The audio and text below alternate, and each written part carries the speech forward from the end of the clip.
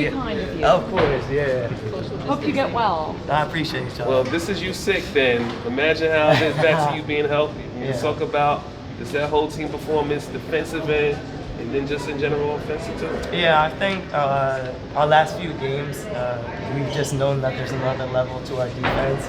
And on the 4th game out of 6 days, you're typically fatigued, but this was a big game for us to come in and just make a statement that we're tough, that we're relentless, that we can push through whatever. There's no excuses.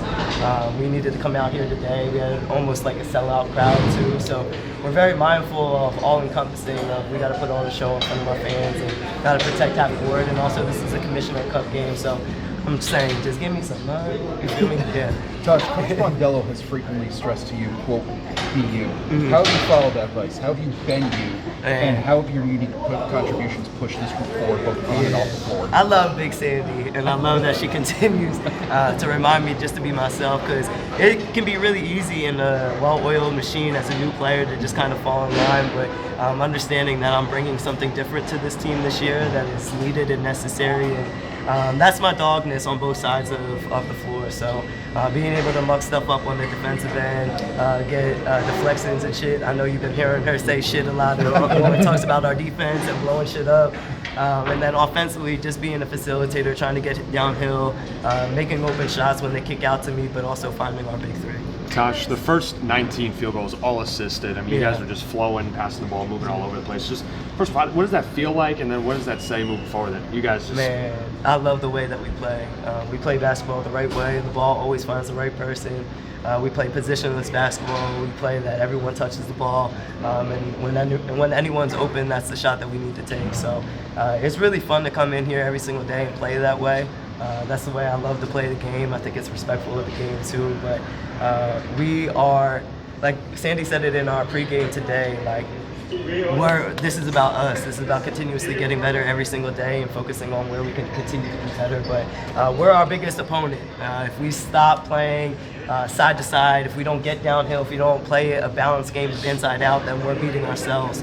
Whereas that focus and intentionality today was to, move the ball, have a balanced game of inside out, and then really just get everyone touching the ball and feeling good. Natasha, the Liberty so far in their first 4 home games are averaging 16,000 fans.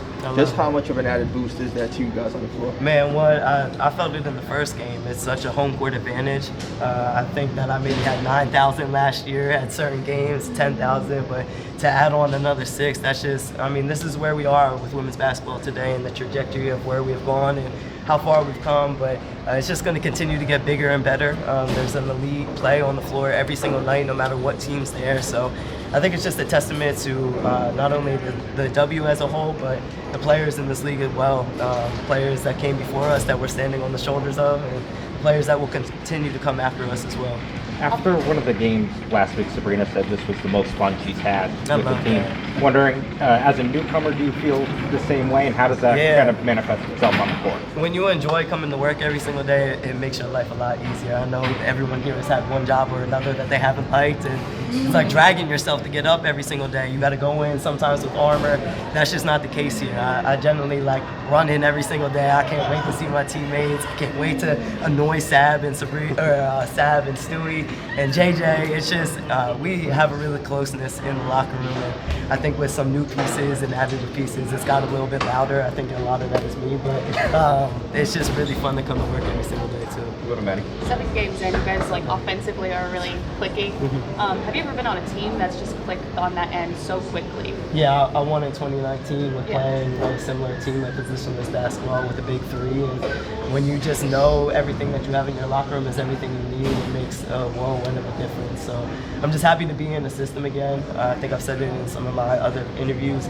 Since that 2019 team, I haven't had a team like this, so it's refreshing to get back to it because this is truly the way that I love to play basketball, and I feel like the game should be played.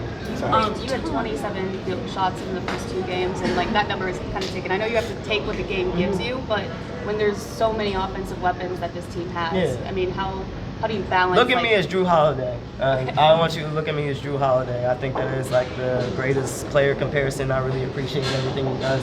Whatever this team needs on any given night, that's what my job is going to be. So if it's 0 points and 10 assists, that's what it is. If it's just slowing down Slim or someone on the opposing teams, that's what it is. If it's scoring, I can also do that too. So I'm just really enjoying this next challenge for me. But again, that positionless basketball is the way that I love to play. So a lot of players can be hung up on points and all that. I just want to make sure that I'm doing my job as a point guard and putting my teammates in successful situations. Tosh, the game I was talking is a little bit about how you really take the time to get to know your teammates. So I'm just curious if you can give me an example of sort of how you do that and how you, I don't know if you like research what they're about, like what their interests are, like you interview them, like how do you do that?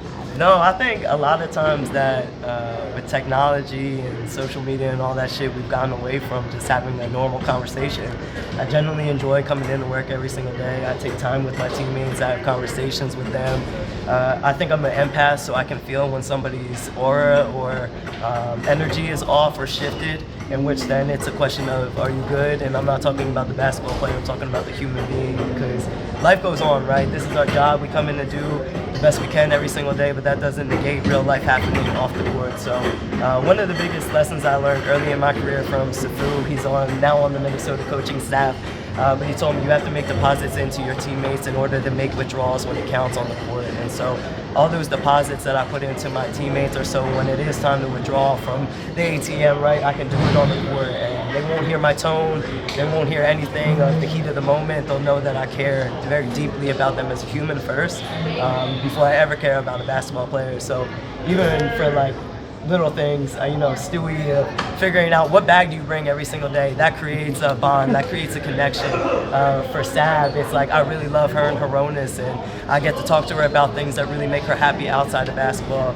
With JJ, we talk about like we had time in DC and the DMV, so we bond over that, we bond over music, we bond over just kind of being like the poppies of the team in a sense. And then all my other teammates, I figure out what it is that they're really passionate about, and that's just where it comes from. Tosh, this is the first time in WNBA. Hey girl! Hey it's girl! Hey girl! This is the first time in WNBA history that both the teams from the finals started the season at least 5-0. Sorry, I'm focused. You're good, you're good. I'm just curious how much you guys are paying attention at all to what's going on in Minnesota. Yeah, honestly, we're not. I don't mean that in like a antagonizing way or whatever. Minnesota is a great team. There's a lot of respect there, but this is about Liberty basketball. So the 7-0 is cool, but we're just focused on being the best that we can every single day and trying to get back to that finals again, right? But it's early in the season, so we're just taking it one game at a time. What they're doing over there is great, but we're more focused on what's here in the East Coast. Tosh, can you just speak about, first of all, how you doing? I'm good. How are you, Frank? I'm good.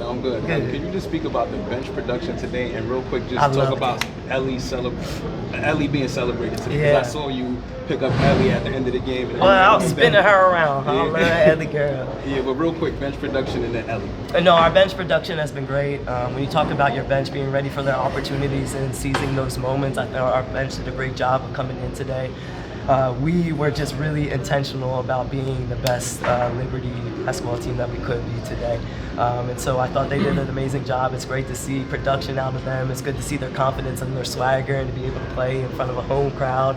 That is, how many people are here again? 17,000. That's a lot of people, right? But when you're talking about what is going to make us such a scary and deep team going down into playoffs and potentially finals is how deep our bench is and how versatile we are. And that's going to make the huge difference. So for them to be able to come in and the production, I think we had just as much assist from our bench as we did our starters today. That's all that we want, so I couldn't be more happy or proud of our bench players. And then Ellie girl, man, happy birthday. I think Ellie is an icon. People laugh when I say that, but truly, like, she is the first mascot that you think of when you think about the WNBA and how influential she is to not only this team, this organization, but the culture that is New York. I think she embodies all of it. So it's a happy birthday. I'm happy that she's being able to be celebrated because there's no one doing what she's doing, and I think that's powerful. I appreciate you. Natasha, sore subject, but obviously the Knicks just lost in the conference finals. Yeah. Yankees losing the World Series last year. So pay attention to Liberty basketball. Liberty fucking Liberty. I was about to say. That's it. No, but how does it feel that you guys are like the only hope for New York's fans these days? I mean, they won last year. I've been seeing a lot of tweets talking about we haven't won a championship since 2011. I know it's not my championship, but I just feel like there needs to be respect here. So Liberty fucking Liberty. Fans. Bye! Thank you.